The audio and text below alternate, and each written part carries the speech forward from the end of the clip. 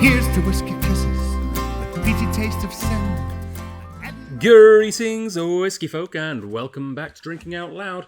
I am your host, Adam Bradshaw, and we are here for the unbottling of a new version of an old favourite, The Glover, by Adelphi.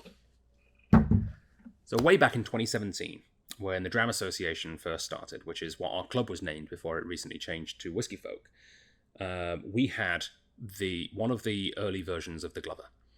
And it was mind-blowing. It was such an interesting concept at the time. It was Adelphi had blended Japanese whiskey with Scottish whiskey.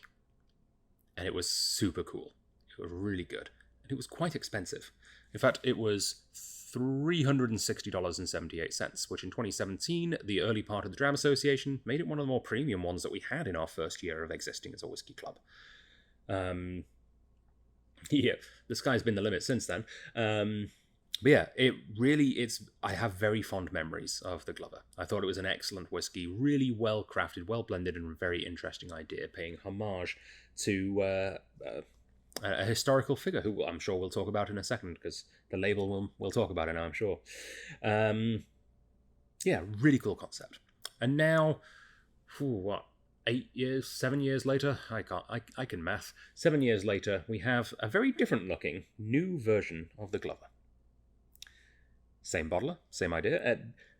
A little bit more of a basic packaging. The original one had this very ornate big blue box, I remember. It was lovely. And it's probably why it was substantially more expensive than this one. But also, it's not the only change. The recipe is incredibly different. This is a very different whiskey. Same concept, same inspiration, different recipe. Different sort of way of thinking about doing it as well. This is an age-dated whiskey. The last version of the Glover didn't have an age statement. This is 6 years aged. The last version of the Glover also didn't say what distilleries it was from. I think if I remember correctly, and I should have looked it up. If I remember correctly, I think it contained Linkwood, maybe? I don't know. It's been a while. But this is just 2 distilleries, and it names them on the label, which is super cool. Ardnamurchan, which makes sense. Adelphi owns Ardnamurchan. It's their own distillery. And Chichibu, which is super awesome. Chichibu is a distillery which is legendary. It was started by Ichiro. What's his first name? Akuto. Ichiro Akuto. And he's the grandson of the founder of Hanyu Distillery, which is... Hanyu is closed now, but yeah, if you find old bottles of Hanyu, we had one in the SWS actually quite a while ago. It was astoundingly good.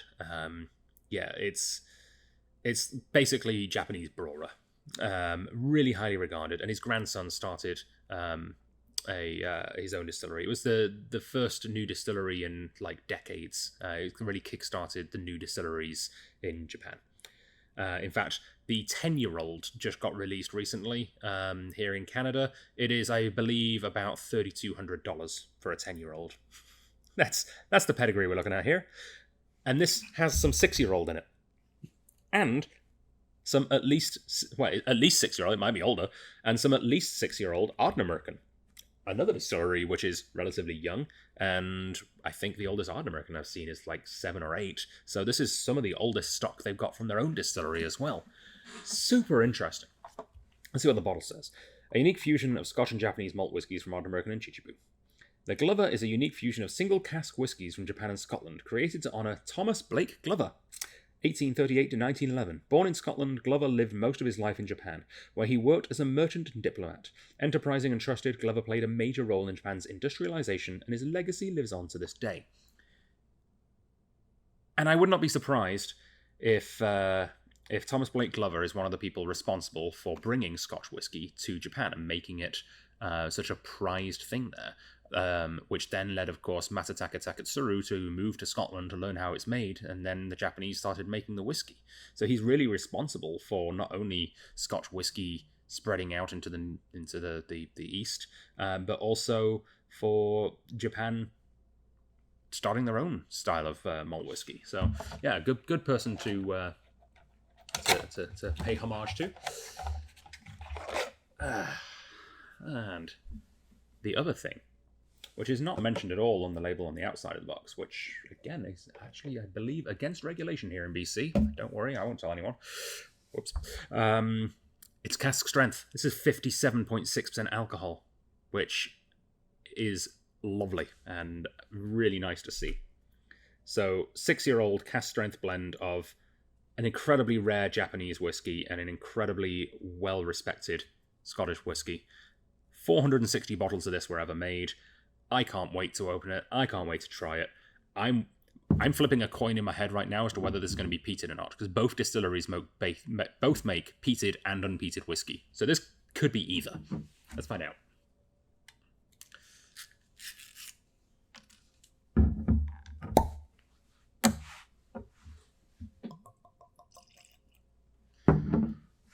Lovely, very bourbon cask hue.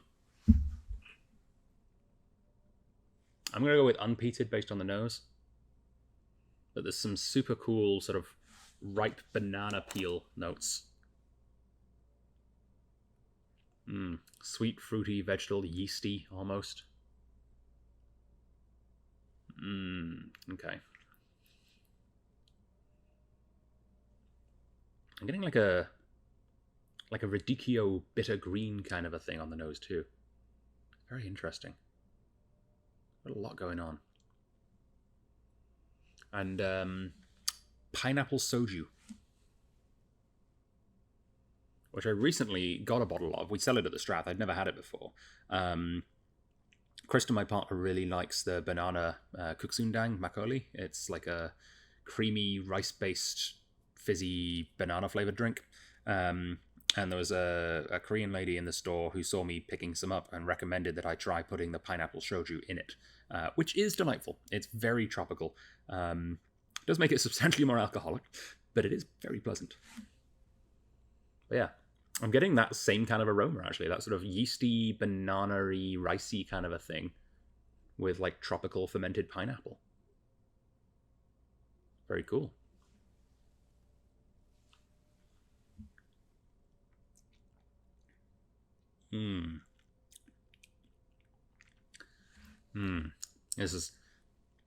This is a whiskey that is... I can tell how much being cask strength is adding to the experience. It is big, rich, oily, nutty. It's round. It's full. The finish, if I could say anything bad about this, the finish is a little short. But that's not the end of the world, because I have more in my glass, and I can always just take another sip if I want more.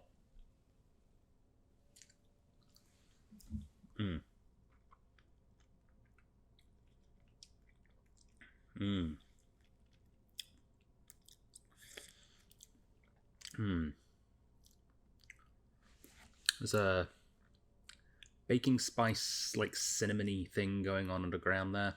Underground? Underground. Sure. Earthy. There is an earthiness. Underneath, I think, is where I was trying to go. It's all balancing on top of this sort of spicy... Yeah, lots of vanilla oak spice things going on. It doesn't say outright, but I would be shocked if this wasn't bourbon cask. And at 460 bottles, it's almost definitely just 2 bourbon barrels blended together, right? Almost definitely. I would be shocked if that's not the case.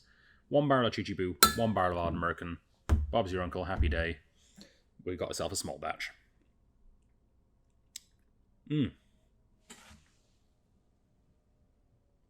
Hazelnut skins.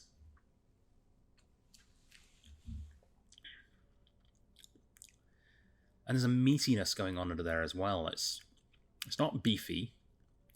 It's maybe like a pork rind, like a pork scratching. Again, the fruit flies are coming for me. Get out of there. Shoo.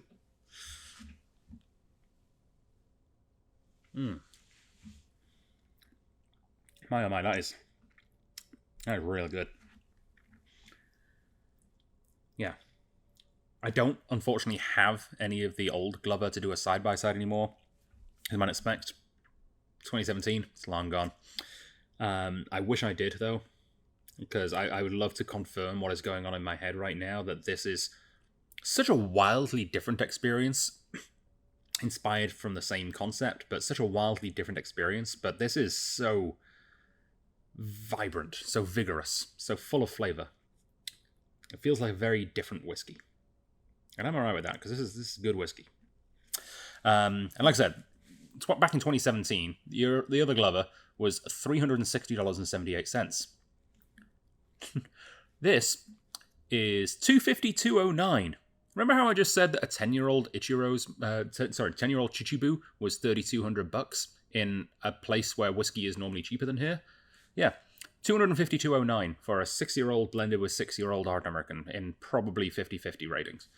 This is incredible value, and it's also 10% off because it's a featured whiskey. It was in our tasting, if there's any left, and I think even if we sell out at the tasting, I believe there was one more case in the warehouse. So if we do need to, I think I can pull another case. I think 2 were brought in, and I don't think anyone else has picked it up yet. But yeah, you can pick this up 10% off, which makes it $226.88. So less than 2/3 the price of the old Adelphi, with an age statement, cask strength, and a statement of the exact distilleries that are in there. That is such an improvement. I think probably in flavour, but definitely in concept over the old version. Pick yourself up a bottle at strathliquor.com while stocks last. Thanks for watching. I'll see you on the next one.